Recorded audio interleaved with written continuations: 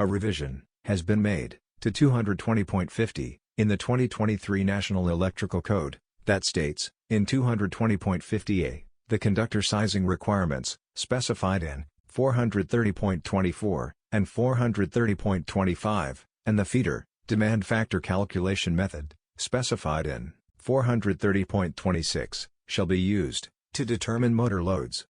The air conditioning equipment, in 220.50b, states that the conductor sizing requirements, specified in Part 4 of Article 440, shall be used to determine air conditioning loads for hermetic refrigerant motor compressors.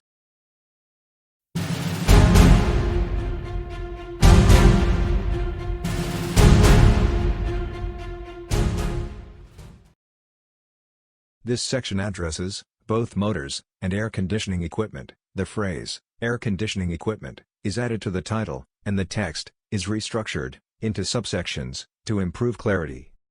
Reference to Section 440.6 is updated to refer to Part 4 of Article 440, as this existing reference does not adequately address ampacity calculations for air conditioning equipment. References to requirements in Article 430 are correct, but are updated with additional information to improve clarity.